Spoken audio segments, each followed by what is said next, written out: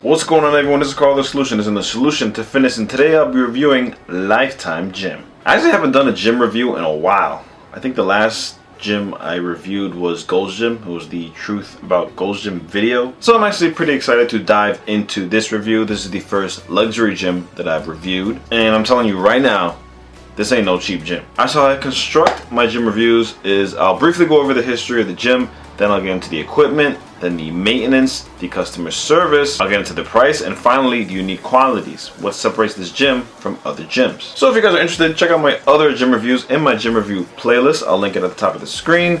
Like I said, I talked about Gold's Gym. My first review was on Retro Fitness. I did Anytime Fitness. I've done LA Fitness. I've even done Planet Fitness. But if you're one of those that want to avoid going to gyms, you can also check out my home gym equipment review playlist. I'll also link that at the top of the screen. We've reviewed a lot of home gym equipment that you can purchase for your home. And if you're into any of that, then please do me a favor and do yourself a favor and bench that subscribe button, squat that like button, and punch out that notification bell to be notified of future uploads such as this. Now, with all that being said, let's get right into the review of Lifetime Fitness. Alright, before anyone says it, Lifetime actually dropped the fitness from their name back in 2017. Their new rebranded name is Lifetime Athletic, but Google still knows it as Lifetime Fitness, so I'm keeping that title. Anyway, Lifetime first opened its doors in Brooklyn Park, Minnesota by Bahram Akradi back in 1992. Before that, Bahram was co-owner of US Swim and Fitness in 1984. He then sold it to Ballet Total Fitness, which was huge back in the day. He continued to work with Ballets up until 1989 when he left the company to start Lifetime. You'll never find Lifetime as part of a plaza or something like that, such as gyms like Anytime Fitness. They usually have their own land and space. It wasn't until 1999 that the company started opening up locations outside of Minnesota. In 2011, the revenue of Lifetime reached $1 billion, and today there are over 150 locations in the US and Canada. Now let's really begin this in-depth review by discussing the equipment of Lifetime. When it comes to the plates, dumbbells, and easy curl bars, they are all by Iron Grip. Iron Grip is a really great brand. I love that they are flat edge. I do prefer those over the rounded edge dumbbells and plates, but that's a personal preference. I think I'm actually in the minority with that preference. They also use alpha bumper plates, which are usually placed in their squat rack section. Their squat rack areas are pretty spacious in most locations and have numerous racks, so you'll never have to wait for one. This is of course based on the locations I've visited. I'm not sure if they're all like that, but from what I've seen, I'm sure majority of locations are built like that. Their machines, such as their weight machines and cardio equipment, are by Hammer Strength, Hoist, which is a brand I'm not really a fan of, Cybex, and Techno Gym. I think their Techno Gym equipment is very unique and advanced. Though I see Techno Gym equipment in most gyms, their specific Techno Gym equipment have screens like this that monitors your rep count and how much weight you're using. This should be in the unique qualities portion of the review, but there's so much unique stuff about this gym, so I'm just going to put it here. Not all locations have these specific Techno Gym machines, but there are in some locations. So equipment wise, the gym most certainly gets a 5 out of 5 sets without question. You'll definitely find yourself doing new workout routines every time you come here instead of the same old routine with the same old machines. Now let's move on to the maintenance. How is the gym set up and maintained? Well, going into the doors of Lifetime, it is usually a very well maintained, beautifully presentable entrance. The outdoor area of this gym just screams luxury. So the outdoors is very well maintained. It reminds me a little of how LA Fitness maintains its outdoors, but on a grander scale. When it comes to the indoors of LA Fitness, it's definitely no comparison. Most of the locations are huge like this, but if you ever get the chance, try visiting their $50 million biggest location of them all, which is located in Charlotte, North Carolina. That location is 320,000 square feet. The front desk area always looks clean and well maintained. Now with COVID still being around, they've incorporated these kiosk temperature scanning devices. It takes your temperature in 2 seconds and you're good to go. Most gyms are doing this, but this is the first I've seen with a kiosk. It's great gyms are taking that step to ensure that they're following the guidelines to keep the safety of the members, because if they don't, gyms will be closing right back down. Moving on to the layout of the gym floor itself, it is very spacious, no bumping shoulders in the locations I visited. They have this stadium-like lighting, which I'm not too much of a fan of, just not a motivating lighting to me. These facilities are usually 2 floors, the first floor having the locker rooms and other amenities, which I'll get into when I discuss the unique qualities, but the second floor is the actual fitness floor with all the equipment. I never saw any machine out of order. Dumbbells looked pretty well maintained. I visited a retro the other day, and you can see here their dumbbells are pretty much destroyed. The highest weight was, I believe, the 120 pounds, and there was only one because the other one was broken. And I don't remember if Retro still charges maintenance fees. I did a review on them, but I haven't been a member for years. But if they do, you are getting scammed. Not to bash Retro or anything, I do like to go there once in a while, but their maintenance is freaking poor. This gym floor is constantly spotless. They also have the sanitizing wipe stations everywhere. Good plus. Another feature some locations have added during these COVID times is an air filtration system, which is used to capture the smallest harmful particles in the air, particles as small as the droplets that come from sneezing.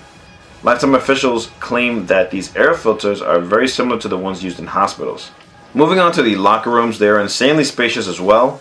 I saw these key combo lockers which look very secure, but judging from how the gym is set up and priced, I don't think you'll attract too many broke-ass thieves like in the cheaper gyms. But you never know, maybe it's a guest that is cheap and they will be snooping around, so these could possibly be a must. 24-hour Fitness is known for having friggin' thieves sneaking in and out. Looks like most locations use marble countertops, furthering that comfortable feel.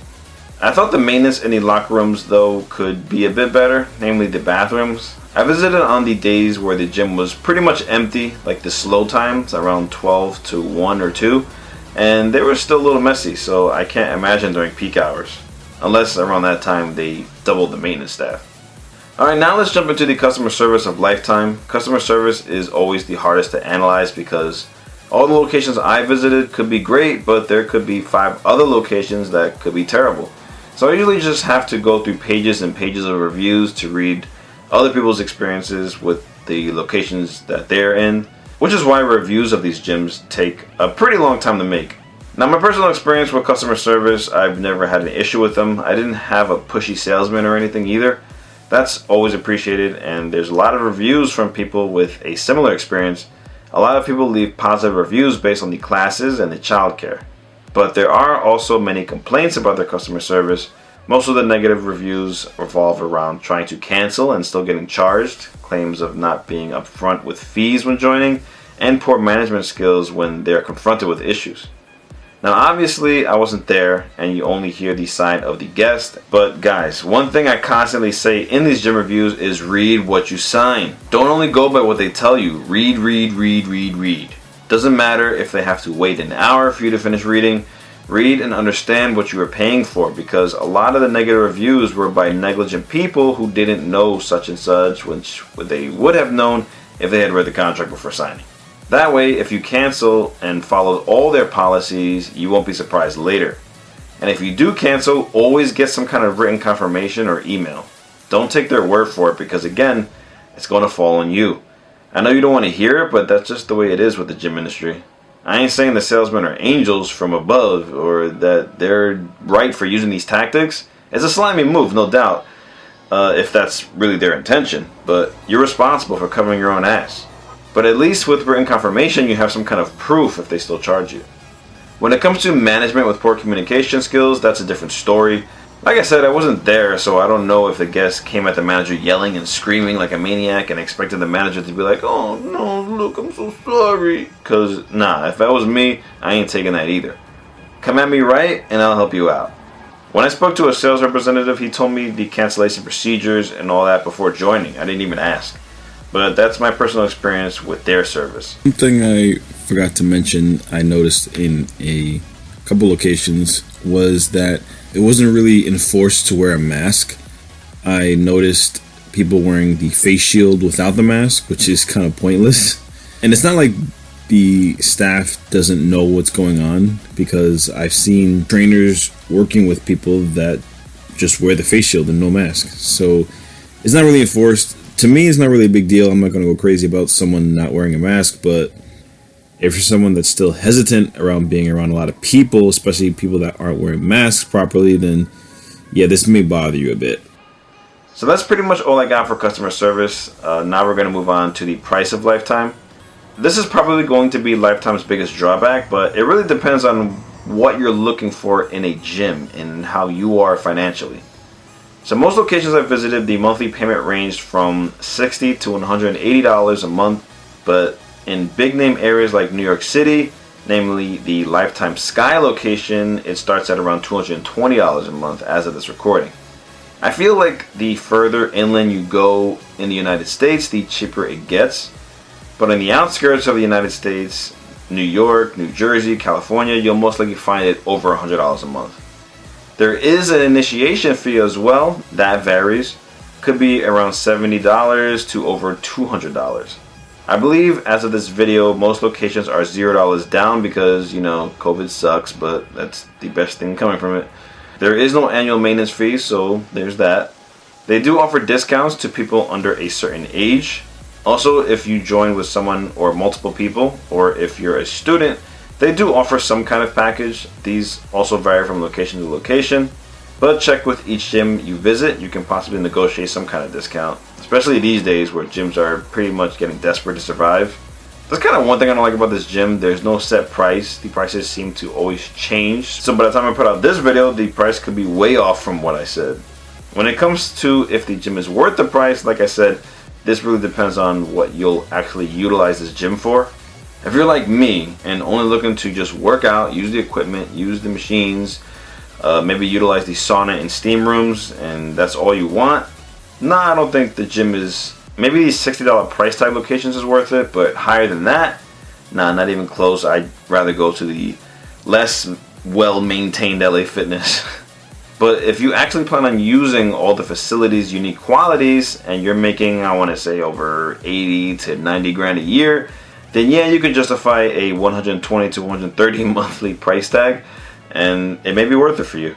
From what I heard from salesmen, you can join month to month, no commitment, and if you want to cancel, you have to let them know 30 days in advance. I do believe you have access to other gym locations as long as the gym you joined is at the same or similar card level. Card level? What the hell? What the hell is that? Yes, the card level starts at bronze, then gold, then to platinum, onyx, and ends with diamond. So for example, you can see here in the bronze level, Lifetime 1 is a single member, Lifetime 2 will be the next member you join with, and so on and so forth. So you'll have multiple access to different locations, but if you're paying $70 a month for one location, don't expect to be able to visit the $150 locations. You can visit locations that are around that price range. It's not like 24-hour fitness where they also have tiers, but you can go to any location tier. They don't monitor that kind of thing too much. Last time I was there anyway. So I have been touching on the amenities or the unique qualities of Lifetime. Why is it priced so high, and could it possibly be worth it for you? I already mentioned some of the unique techno gym machines and the sauna and steam rooms. I also want to throw in that whirlpool they have in the same area as the sauna and steam rooms. Very relaxing for the muscles after an intense workout. They do have one of the largest selection of classes that I've seen. Their classes include Zumba, HIIT classes, strength classes, cycle, tons and tons of different classes. Lifetime really puts an emphasis on these group classes, and fortunately, they are included in your membership.